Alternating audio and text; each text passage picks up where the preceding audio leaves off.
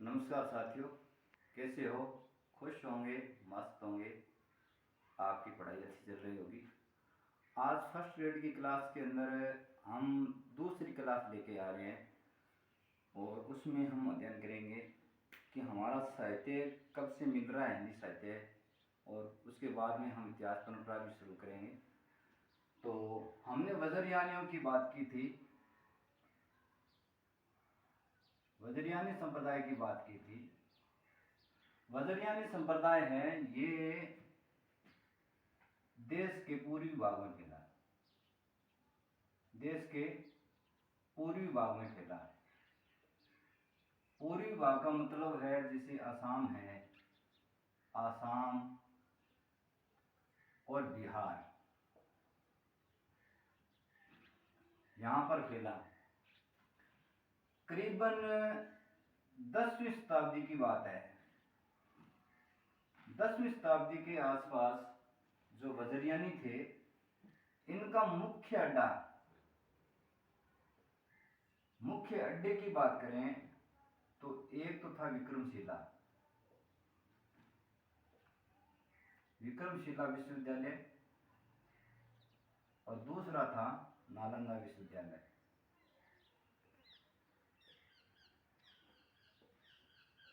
ये बात है 10वीं शताब्दी के आसपास।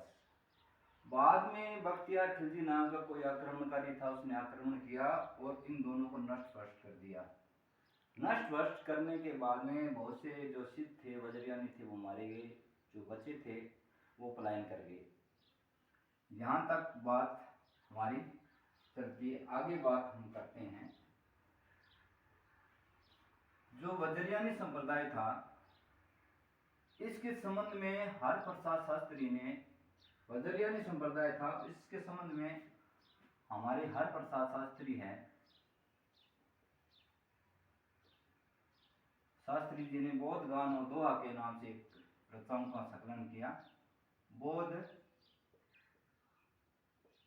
गान और दोहा के नाम से इनकी रचनाओं का संकलन किया, जो इन्होंने बांग्ला भाषा में किया है। बांग्ला भाषा के अंदर इनकी रचनाओं का संकलन किया।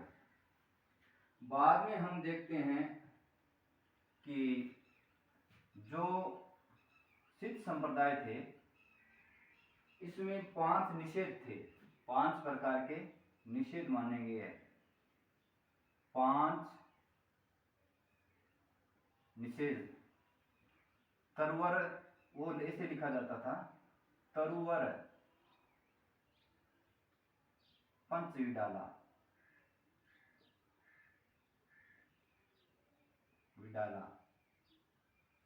5 प्रकार का निषेध। ये 5 प्रकार का निषेध क्या था? इसमें आलस्य, हिंसा, काम, मोह और विचिकित्सा,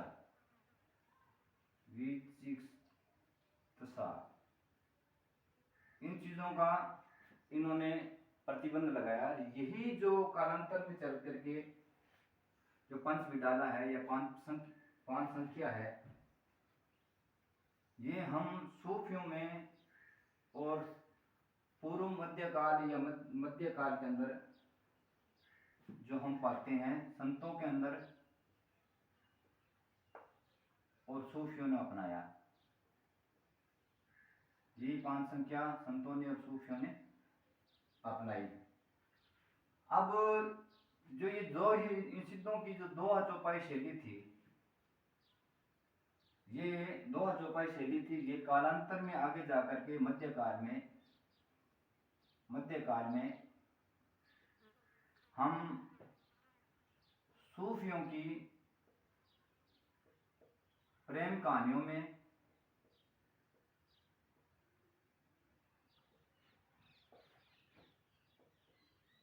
और संतों के नहीं, बाद में यही हम रामचरितमानस में पाते हैं। रामचरित्र मानस में पाते हैं। तो वह चौपाई शैली। इस प्रकार से हम आगे के जिक्र करते हैं। तो आगे हम पाते हैं कि सूफियों के अंदर एक जो कूट भाषा थी, उस कूट भाषा के अंदर वो शून्य देश का उल्लेख करते थे। शून्य देश, ये शून्य देश क्या था कि ये हमारी नासिका है।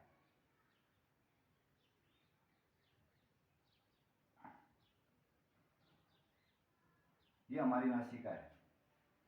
इसमें एक नास तो होती थी चंद्र और एक होती थी सूर्य। इन योग साधना के माध्यम से हमारा ये मस्तिष्क है, यहाँ पर इन दोनों नसों के मेल होने के बाद में सुषुम्ना नाड़ी जागृत होती है। इसी को ही इन्होंने शून्य देश कहा है। आगे के क्रम में हम बदरियानों की बात करें तो गोरखनाथ और मत्स्येंद्रनाथ दोनों को सिद्ध भी माना जाता है और नाथ भी माना जाता है। गोरखनाथ ने ये देखा कि वज्रयान संप्रदाय के अंदर बहुत ज्यादा व्यभिचार फैल गया, समाज में अप्रिय हो गया, लोगों को भ्रमित करने लगे हैं व्यभिचार की वजह से। तो इन्होंने जो पंतजलि का उच्च लक्ष्य था वो था ईश्वर प्राप्ति।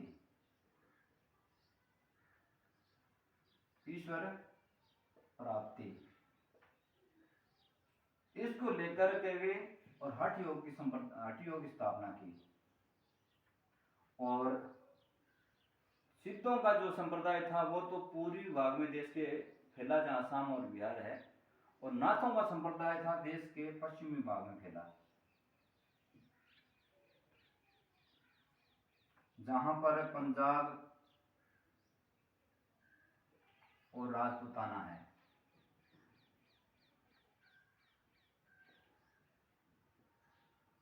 आगे के क्रम में हम बात करें तो इसी क्रम में साहित्य की बात करें हम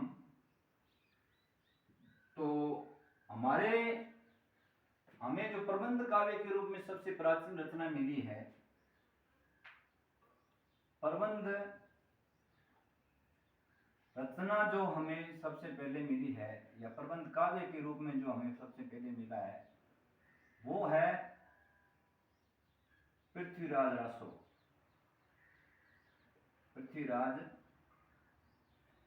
रासो। इसको सबसे पुरानी रचना माना जाता है और इसको लिखने वाले थे चंद्रवरदाई, जो पृथ्वीराज तृतीय के दरबारी कवि थे और इसके मित्र भी थे चंद्रवरदाई। लेकिन इन्होंने ये रचना बताई जाती है कि पूरा नहीं किया, बाद में इसके पुत्र था जलन, उसने इस रचना को पूरा किया।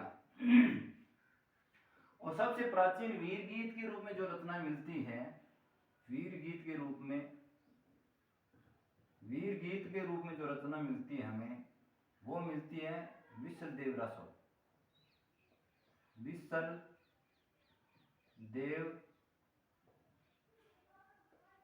रसो। ये लिखा था नरपति नाला ने,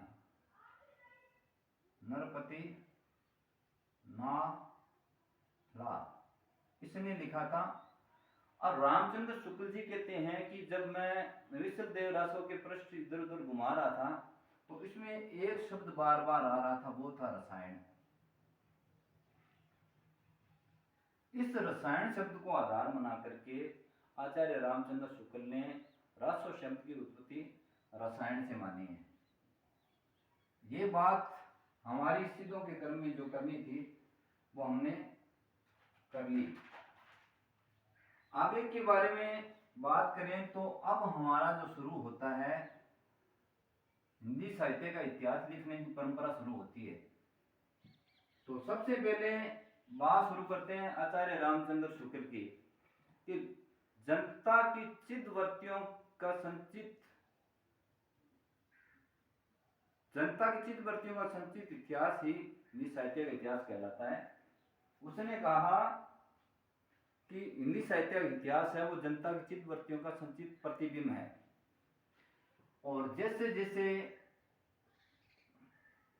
जनता की चित्तवृत्तियों में परिवर्तन आता जाता है, वैसे वैसे साहित्य के स्वरूप में परिवर्तन आता जाता है, और आदि से अंत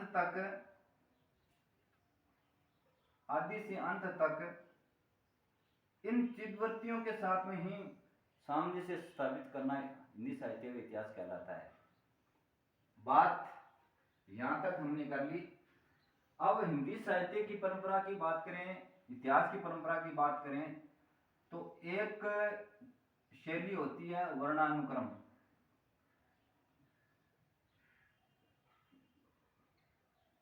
और हम जानते हैं कि हमारे हिंदी साहित्य का इतिहास सबसे पहले लिखने वाला एक विद्वान था जिसने फ्रेंच भाषा में हमारे हिंदी साहित्य का इतिहास लिखा। किस भाषा में? फ्रेंच भाषा में। उसका नाम था गार्सा दे तासी। इसने लिखा था द ला लेत्रुतर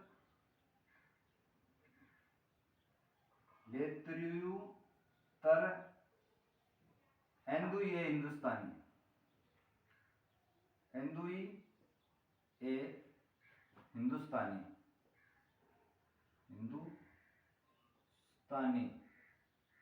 इसमें एंदुई शब्द का प्रयोग तो उन्होंने हमारी हिंदी के कवियों के लिए किया है या हिंदी भाषा के लिए किया है, और हिंदुस्तानी का प्रयोग उसने उर्दू का प्रयोग किया है, उर्दू भाषा का प्रयोग किया है। इसी क्रम में हम आगे चलें, गार्सा दे तासी के इतिहास के बारे में बात करें तो गार्सा दे तासी का इतिहास दो भागों में लिखा गया था। गार्सा दे तासी का इतिहास था, उसके दो भाग हैं। तो ये दोनों भाग 1839 और 1847 में प्रकाशित हुआ, और इसी साहित्य गार्सा दे तासी के इतिहास को बाद में लक्ष्मी सागर वार्ष्णेय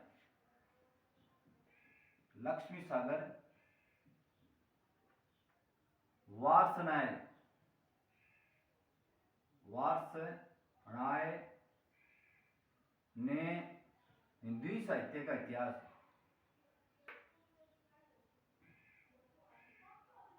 हिंदी साहित्य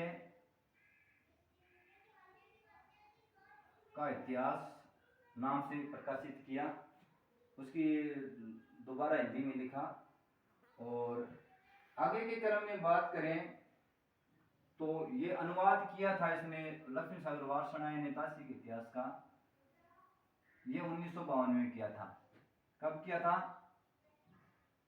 1952 में। आगे चल करके हम बात करें तो जो हमारे तासी हैं उन्होंने राजसो शब्द की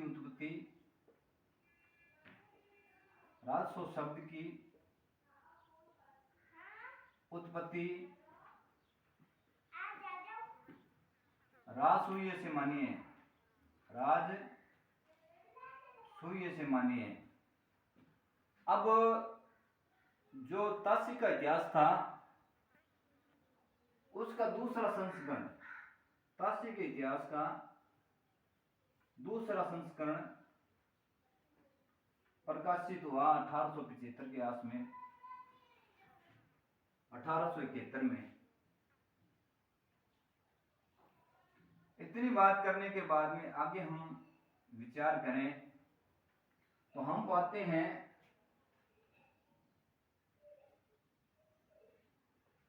कि इसने 738 कवियों का उल्लेख किया है। 738 कवियों में 666 कवि तो उन्होंने उर्दू के लिए हैं और 72 कवि हमारे हिंदी के लिए हैं। आगे ताशी के इतिहास के बारे में हम बात करें तो हम पाते हैं कि ताशी का इतिहास था वो great England great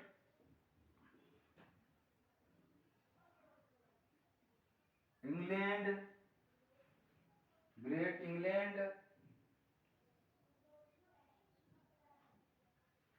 great Britain और आयरलैंड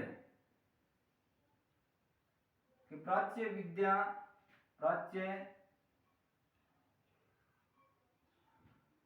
ग्रेट ब्रिटेन और आयरलैंड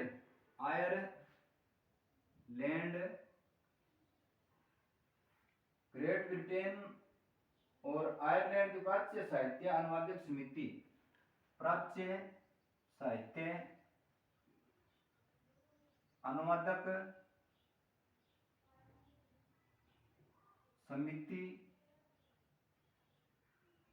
की तरफ से पेरिस में इसका मुद्रण हुआ। ये हमने और इसके बाद में जो सिम सिंह सेंगर ने 1885 के अंदर जो साहित्य लिखा था, इतिहास लिखा था, वो भी वर्णानुक्रम विधि में लिखा था और उसके अंदर कवियों की रचनाओं का परिचय है वो उसने दिया है। इस प्रकार से आज की क्लास यहीं समाप्त होती है। और एक बात मैं बता दूं, ये व्हाइट बोर्ड थोड़ा छोटा है, ये बड़ा लेके आएंगे, अभी समय लगेगा थोड़ा। और एक जो माइक्रोफोन होता है जिससे आवाज़ भी साफ आती है वो लेके आएंगे। देखते हैं गंगानगर से क्या कुछ हमें मिलता है निशान, उसके बाद में कोई बात करेंगे। तब तक के लिए नमस्कार, धन्यवाद।